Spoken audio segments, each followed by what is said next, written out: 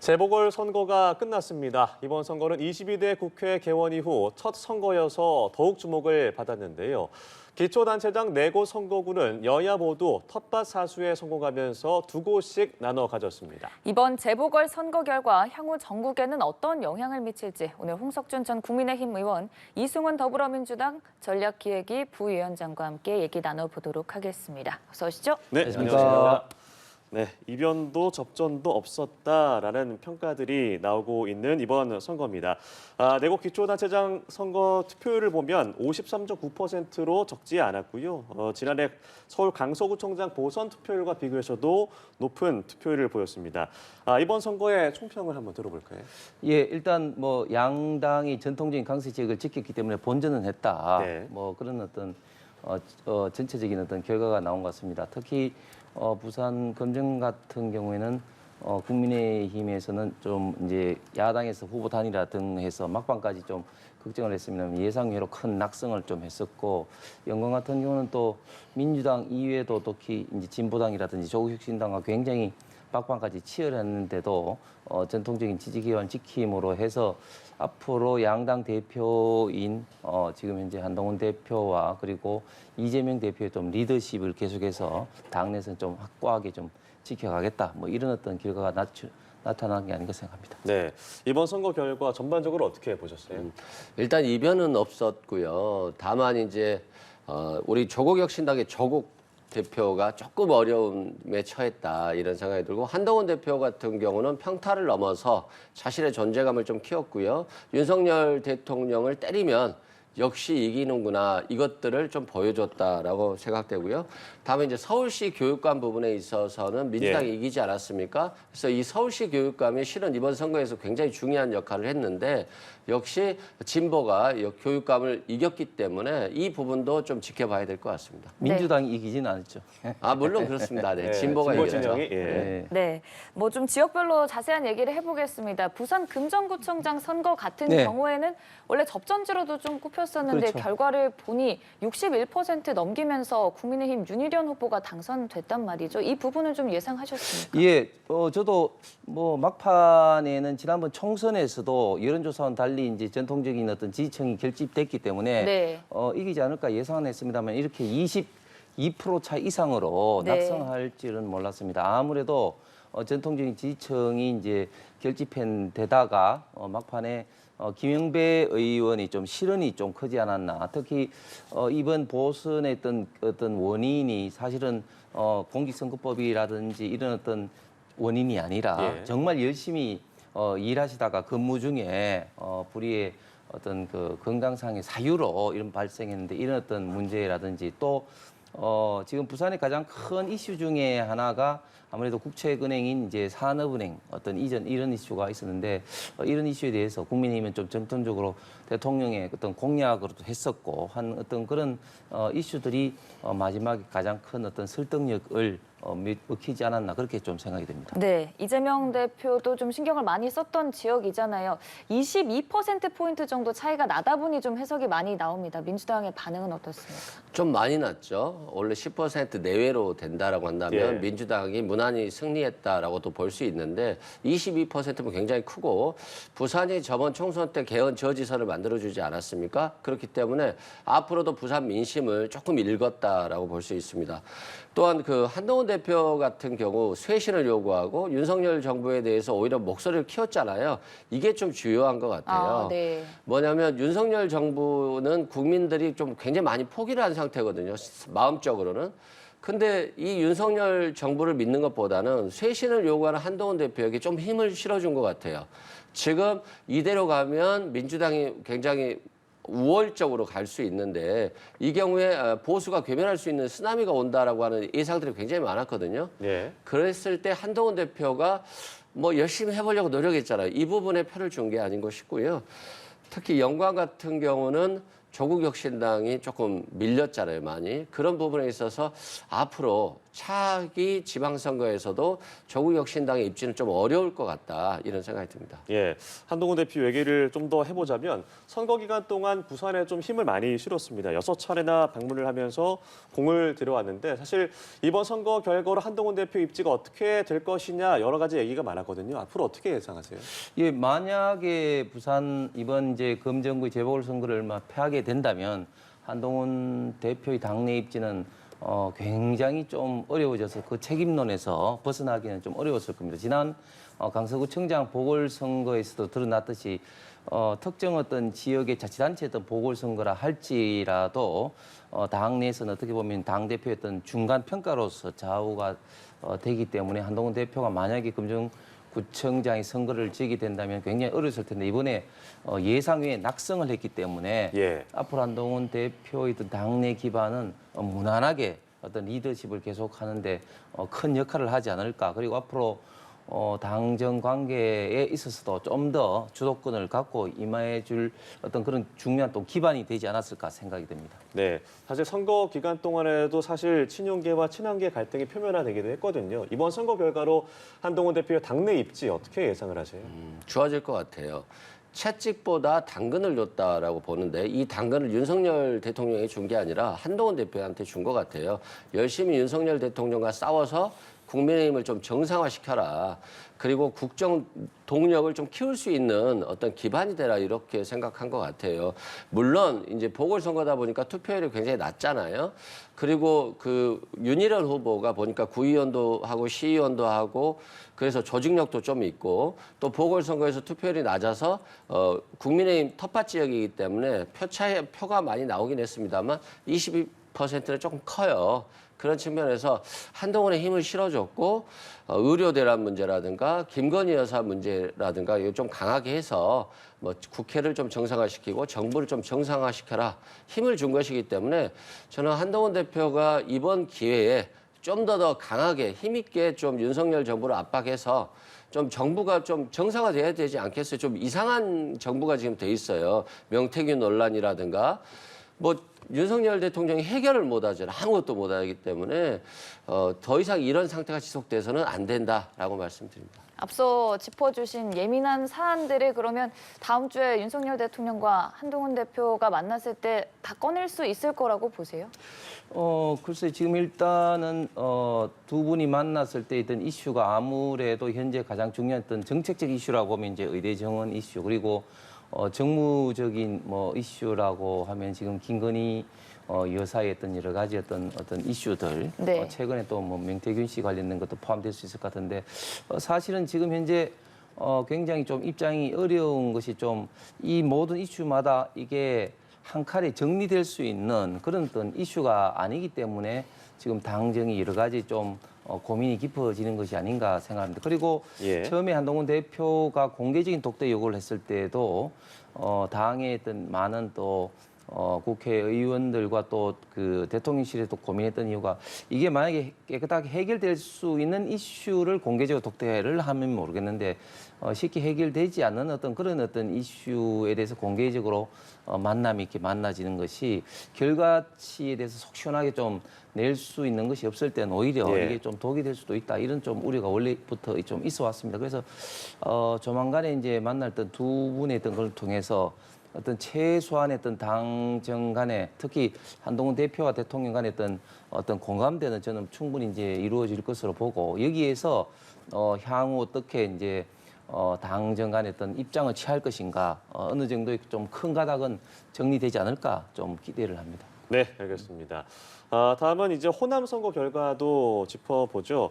이겨야 본전이란 평가가 나올 수 있었던 민주당 입장에서 어떻게 두 곳 모두 가져가게 됐습니다만 전남 영광 선거가 꽤나 치열했어요. 특히나 이제 조국혁신당과 민주당 사이에서 이석화 진보당 후보가 선전을 하면서 좀 쉽지 않았는데 결과 어떻게 보셨습니까?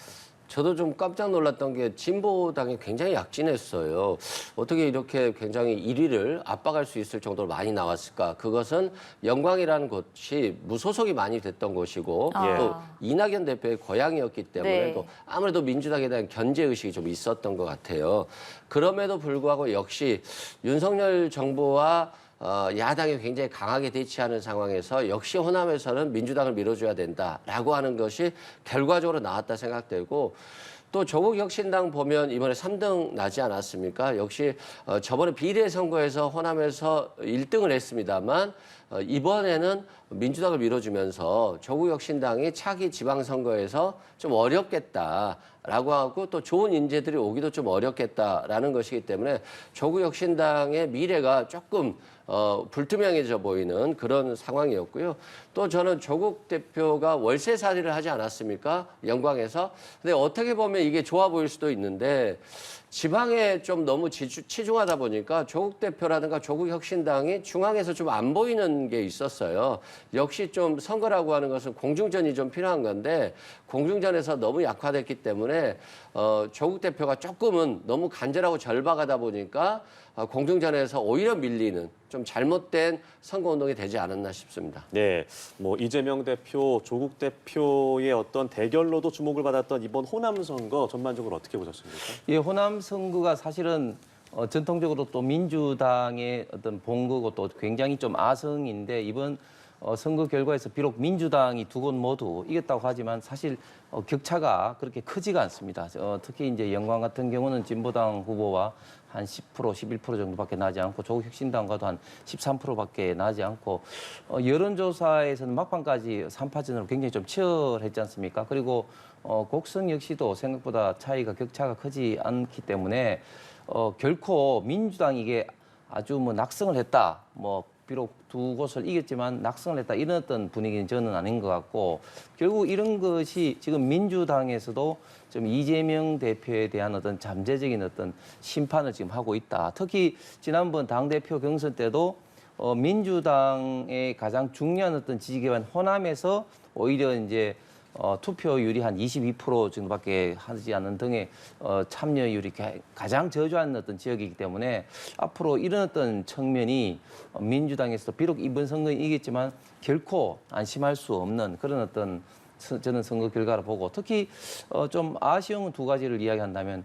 민주당이 과거에는 보궐선거 유발한 지역에 대해서는 무공천을 한다고 했는데 지난번 22대 시작하자마자 첫 번째 의총에서 그 당원 당규를 바꾸어서 결국은 이재명 대표가 내년 지방선거까지 할 수 있도록 그리고 또 이런 어떤 그 기책 사유가 있는 것도 이제 공천할 수 있도록 그 당원 당규를 바꾸어서 이번에 이렇게 후보를 나가게 했다는 점과 또 두 번째는 이번 이제 그 공약 중에 예를 들면 영광군수 장세일 군수 같은 경우는 1인당 그 100만 원 기본소득 그런 공약을 했습니다. 그런데 예. 사실은 군 단위에서 지금 예산이 불과 한 6천억대밖에 안 되는데 사실 거의 대부분이 법정 경비, 경직성 경비인데 과연 어떤 재원으로 이렇게 할지 그리고 앞으로 이런 것들이 영광 지역의 발전에 어떤 역할을, 어떤 영향을 미칠지에 대해서는 저는 굉장히 좀 후유증이 남는 그런 어떤 선거 결과가 아닌가 생각합니다. 네, 이 호남권의 선거 이후에 민주당이 좀 안심할 수 없는 상황이다 이렇게 평가를 해주셨어요. 그러면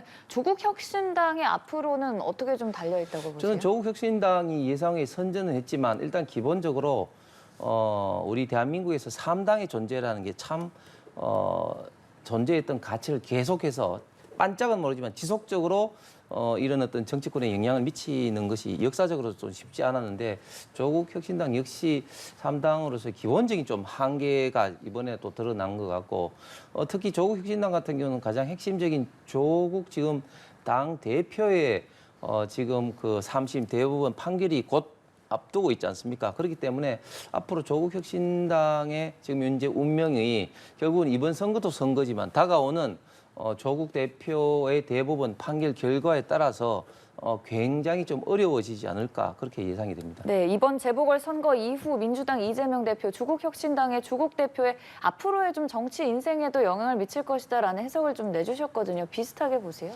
조국혁신당의 위기가 올 것 같아요. 대법원 판결 선고가 얼마 남지 않았거든요. 항소심까지는 실형이 선고된 상태이기 때문에 대법원 판결이 만약에 그대로 확정된다고 한다면 바로 구치소로 가야 될 상황이에요. 그래서 굉장히 조국 대표 입장에서 보면 좀 찹찹한 선거 결과다.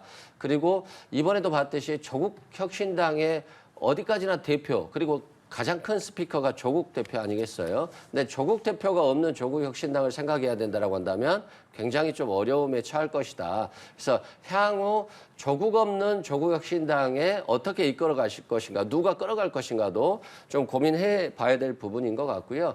역시 호남에서는 지금 국민의힘이나 윤석열 정부의 잘못에 맞서서 대적할 수 있는 분은 민주당이고 또 조국혁신당과 관련해서 저번에 총선에서는 교차 투표가 가능하잖아요. 비례에는 누구한테 주고 지역에는 누구한테 주고. 근데 지금 지방선거는 교차 투표가 가능하지 않기 때문에 역시 민주당의 표를 몰아주지 않으면 국민의힘에 패배할 수 있다라고 하는 의식을 국민들이 다 가지고 있단 말입니다. 그렇기 때문에 민주당으로서는 다행이지만 그래도 걱정을 해야 되는 부분이고 경계해야 되는 부분이고 조국혁신당은 3당으로서의 처지가 역시 좀 암울하구나. 앞으로 뭐 인재들이 많이 몰려와야 되는데 몰려오지 않을 경우에는 굉장히 존립 자체가 위기를 받을 수 있거든요. 그것들이 이번에 현실화된다거나 또는 신호를 줬다라고 생각됩니다. 근데 그렇게 좀 몰아주기라는 결과라고 보기에는 이게 2위가 영광군수의 경우에는 진보당이었잖아요. 조국혁신당이 2위에도 들지 못했던 이유는 뭐라고 보세요?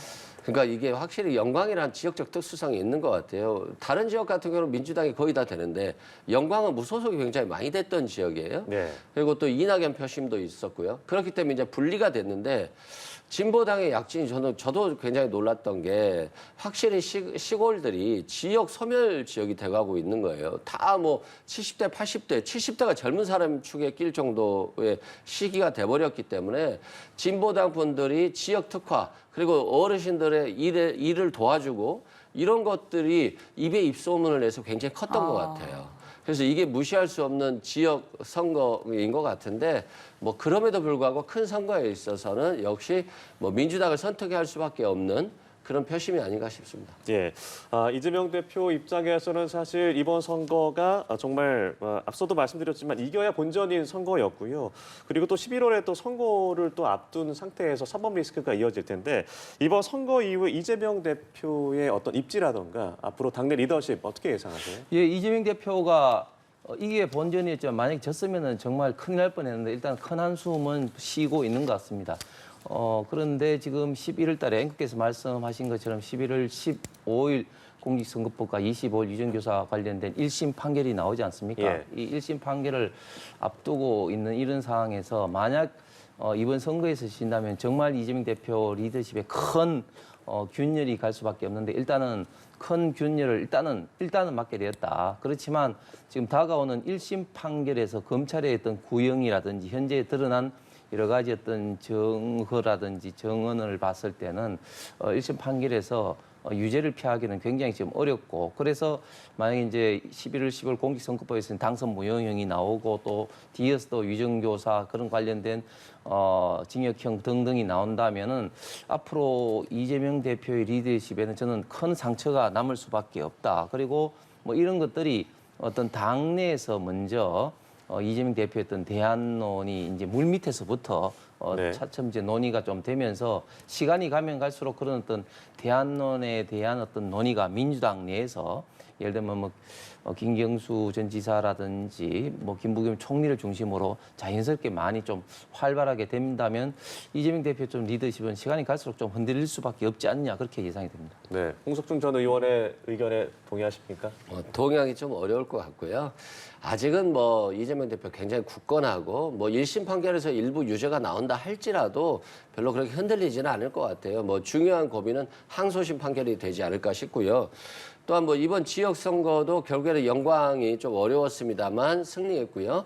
그리고 또 지금 뭐 국정이 뭐 제대로 돌아가질 않잖아요. 그 뭐 윤석열 정부의 권위, 품격 모든 것이 사라졌기 때문에 지금은 민주당이 대안으로서 활동해야 된다 생각되고 다만 민주당이 좀 경계해야 될 부분은 국민들이 다수 의석을 줬고 윤석열 정부가 이렇게 흔들리고 거의 뭐 파산 상태에 있기 때문에 이 상황에서도 좀 민주당이 진중하게 국민들을 좀 이끌어가고 대안 야당으로서의 어떤 입지를 좀 굳건히 해줘야 된다. 너무 정치적인 공세에만 매달리면 안 될 것 같다 이런 생각이 들고요.